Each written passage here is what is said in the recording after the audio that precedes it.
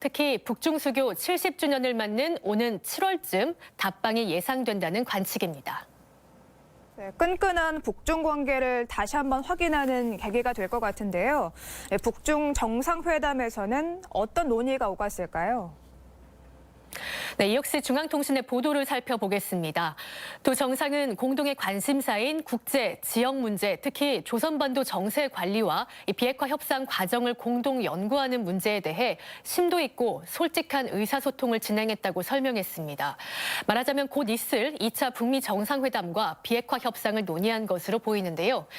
양 정상은 한반도 핵 문제의 궁극적인 평화적 해결 입장을 계속 견지하는 데 함께 동의했다고 밝혔습니다. 이와 함께 수교 70주년을 맞아 정치, 경제, 군사, 문화 등 여러 분야의 고위급 왕래를 확대할 새로운 계획을 합의했다고 덧붙였습니다. 한편 중국의 관영 매체 CCTV에 따르면 시 주석은 한반도 평화와 비핵화 실현을 위한 북한의 조치를 긍정적으로 보고 중국 등 유관국들의 공동 노력으로 중대한 진전을 이뤘다고 평가했습니다. 또 2차 북미 정상회담 개최를 지지하고 성과에도 기대감을 보였다고 전했습니다. 다만 시 주석의 방북 문제는 보도하지 않았습니다. 네, 그런데 이번 방중 수행원들도 굉장히 눈에 띄었습니다. 모두 북미 협상의 핵심 인물들 아니었습니까? 네, 그렇습니다. 북중 정상회담에는 북측에서 리수용 노동당 부위원장, 김영철 당 부위원장, 리용호 외무상이 배석했습니다. 이들은 지난 세 차례 방중에서는 물론이고 1차 북미 정상회담에도 함께 했었죠. 이어서 김 위원장의 생일 축하를 겸한 환영 만찬과 문예 공연에는 리설주 여사와 김여정 당 중앙위 제1부부장도 자리했습니다. 네, 북미 관련 이슈도 잠깐 짚어보도록 하죠. 마지막으로 트럼프 미 대통령이 김 위원장 친서에 답장을 했다, 이런 이야기도 나왔거든요. 네, 그렇습니다. 일본 아사히 신문은 트럼프 대통령이 이달 중에 김 위원장에게 답장 성격의 친서를 보냈다고 보도했습니다. 내용은 2차 북미 정상회담 개최로 보이는데 김 위원장이 이 친서를 받고 중국을 방문했다는 한 소식통의 말을 인용했습니다.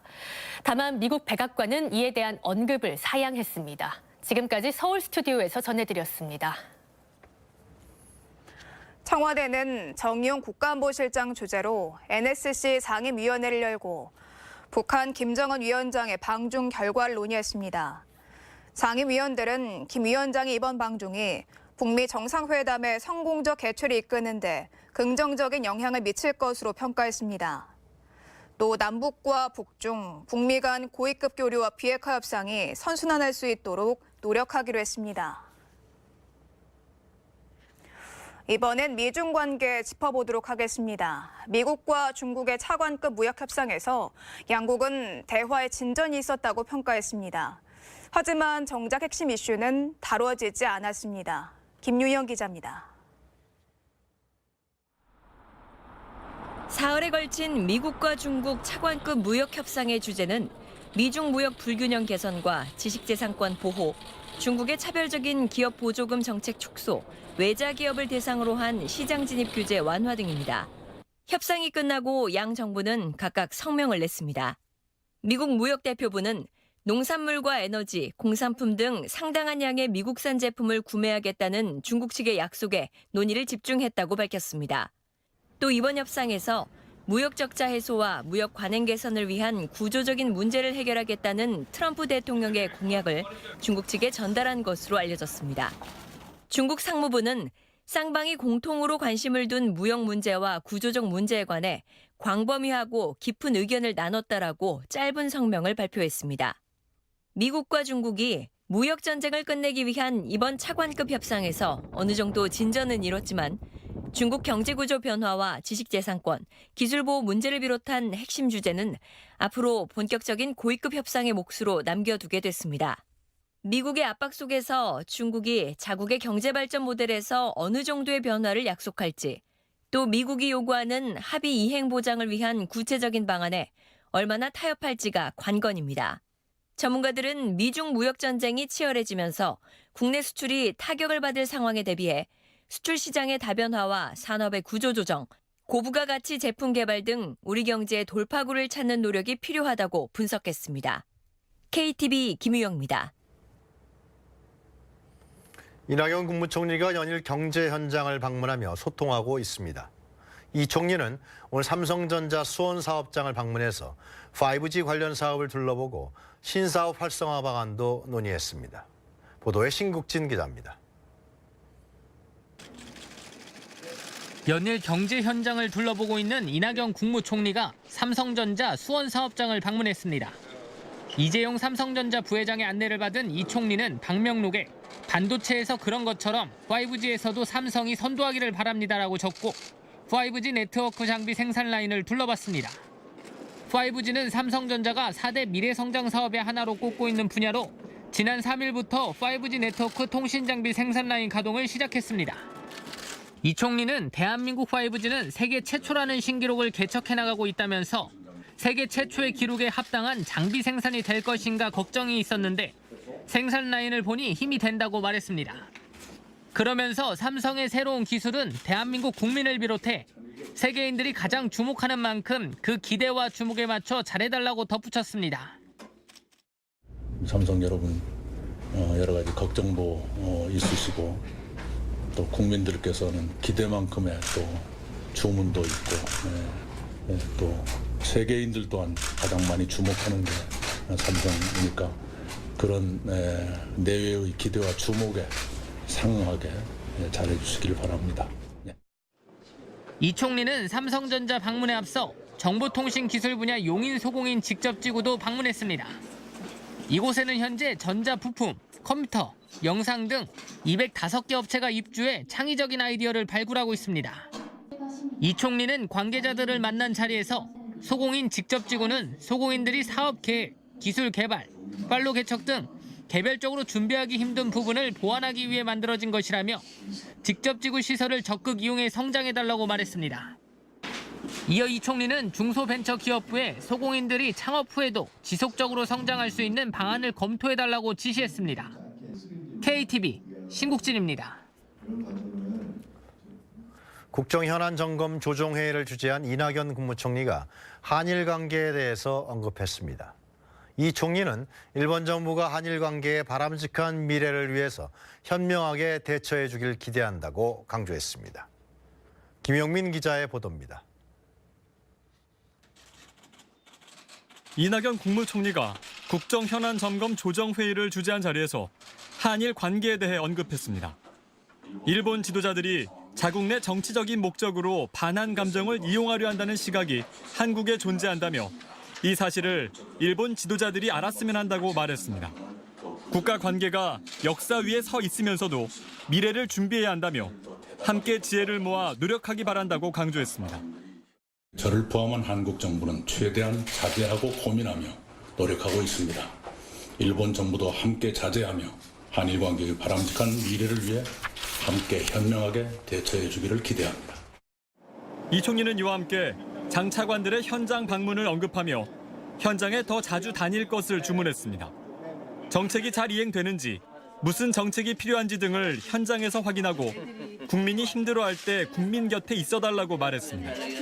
회의에서는 노후 건축물 안전관리 대책이 논의됐습니다. 정부는 우선 20년 이상 된 건축물의 경우 5년 이내에 정밀 안전 점검을 시행하도록 의무화하고 3,000제곱미터 이상의 건축물 관리자에게 건축물 관리 계획 수립 의무를 부여해 위반할 경우 과태료를 부과하도록 했습니다.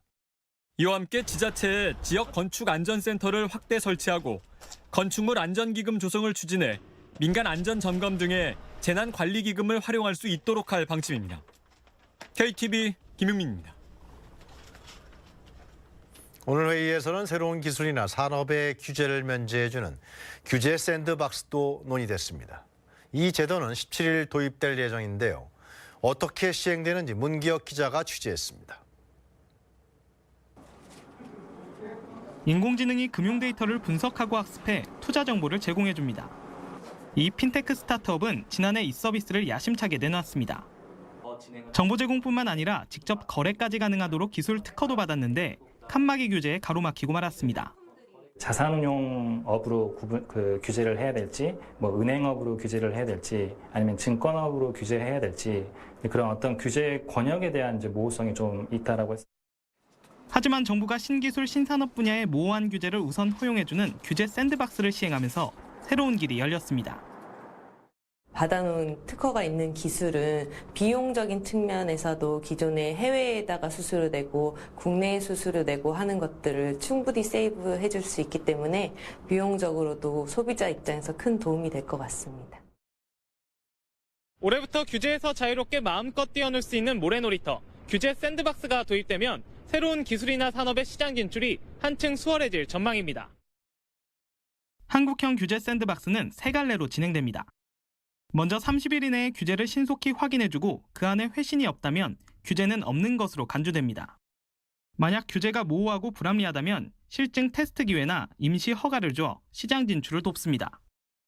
정보통신과 산업융합 분야는 오는 17일부터, 금융과 지역 특화 산업 분야는 오는 4월부터 시작됩니다. 소비자 안전장치도 마련해 테스트 중이라도 문제가 있으면 즉시 취소하고 사업자는 사전에 반드시 책임보험에 가입해야 합니다.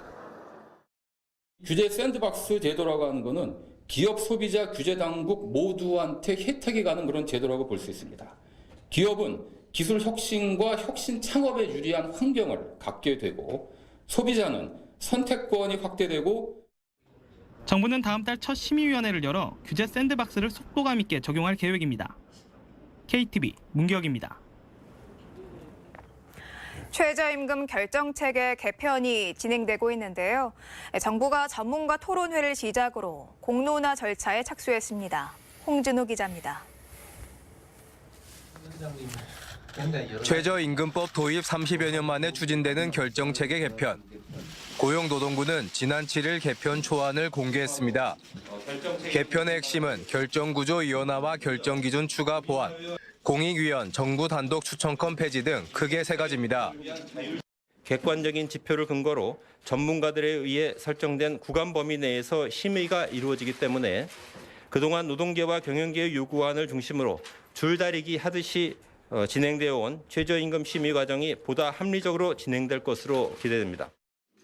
고용노동부가 개편 초안 발표에 이어 곧바로 의견 수렴 절차에 착수하며 사회적 공론화의 첫 발을 내디뎠습니다. 이번 전문가 토론회에서는 제도 개선 필요성과 보완점에 대한 다양한 의견이 제시됐습니다. 특히 전문가들은 정부의 개편 취지에 대해서는 긍정적으로 평가했습니다. 다만 세부적인 실행 계획들은 부족한 부분이 많아 또 사정이 더 머리를 맞댈 필요가 있다고 입을 모았습니다.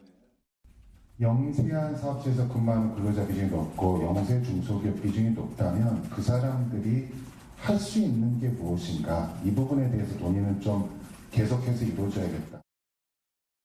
근로자의 생활 안정이 단순히 임금만의 문제겠습니까? 그거는 결국 그 고용이 보장되지 않는 상황에서는 생활 안정이 이루어질 수가 없는 거죠. 고용부는 앞으로